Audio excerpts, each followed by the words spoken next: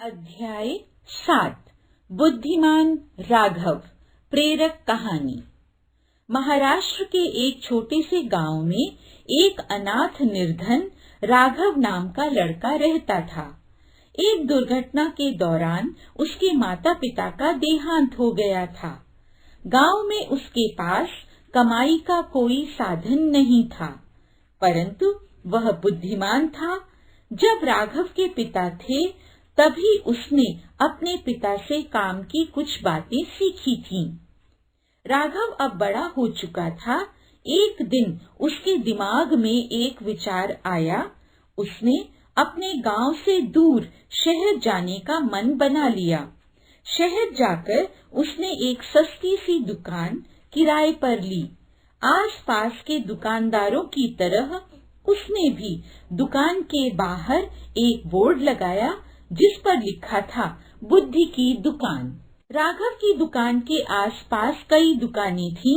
फल, सब्जियां, कपड़े, जेवर, मेवे और रोजमर्रा की चीजों की।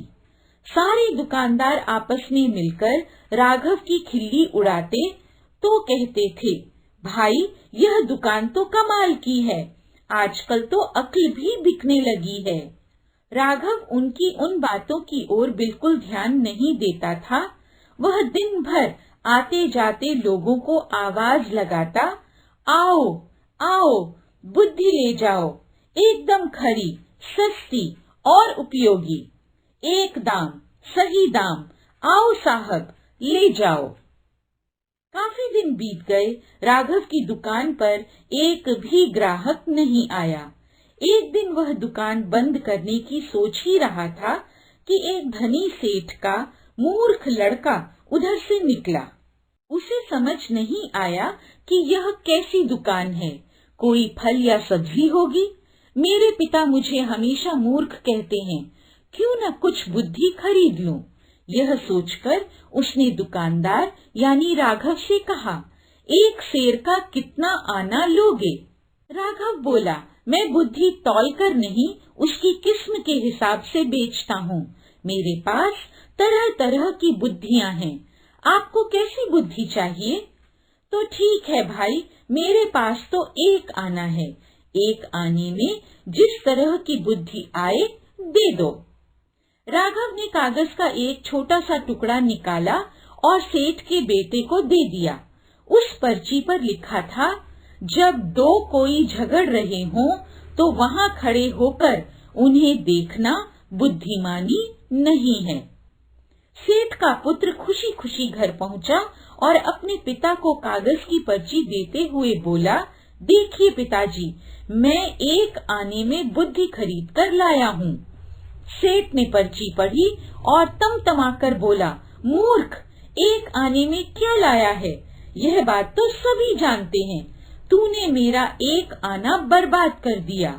फिर सेठ राघव की दुकान पर आया और बोला, लोगों को ठगते हुए तुम्हें शर्म नहीं आती? मेरा एक आना वापस करो। आना क्यों वापस करूं? माल दिया है, आना लिया है। राघव ने कहा, ठीक है, यह लो अपना कागज का फटा टुकड़ा जिसे माल कह रहे हो। नहीं चाहिए हमें तुम्हारा माल, यह लो।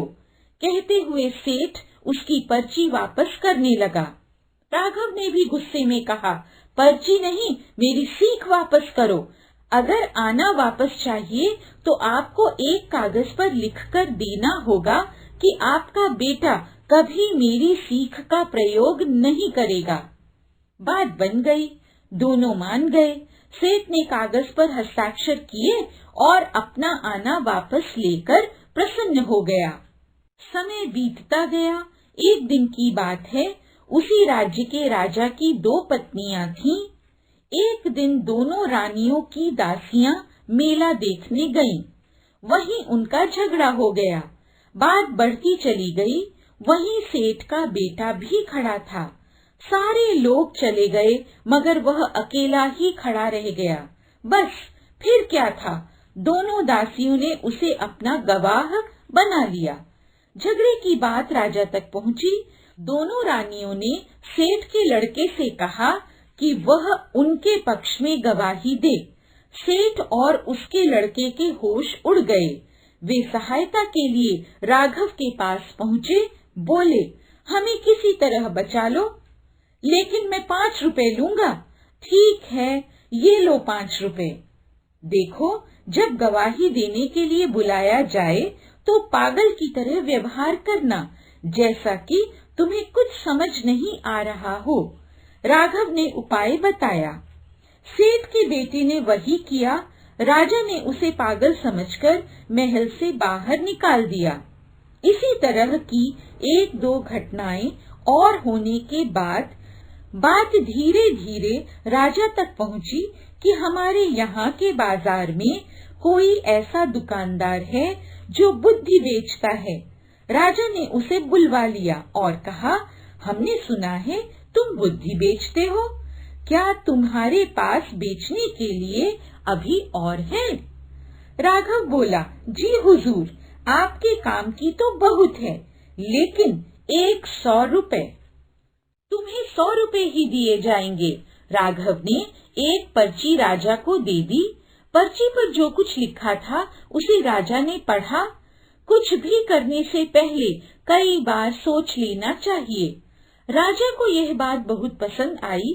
उसने अपने महल की हर चीज पर इस वाक्य को लिखवा दिया, जिससे वह इस बहुमूल्य बात को कभी न भूले और न ही कोई और भूल सके। एक बार की बात है, राजा बहुत बीमार पड़ गया। राजा के एक मंत्री ने राजवैद्य के साथ मिलकर षड्यंत्र रचा और राजा की दवा में विष मिला दिया। राजा ने दवा का प्याला अभी मुंह के पास रखा ही था कि उस पर खुदे शब्दों पर उसकी नजर पड़ी। कुछ भी करने से पहले कई बार सोच लेना चाहिए। राजा ने प्याला नीचे रखा और दवा को देखकर सोच में डूब गया कि पीऊं या नहीं। वैद्य और मंत्री को लगा, शायद राजा को हमारे बारे में पता चल गया है। वे दोनों राजा से क्षमा मांगने लगे। महाराज, हमें क्षमा कर दीजिए, हमसे बहुत बड़ी भूल हो गई।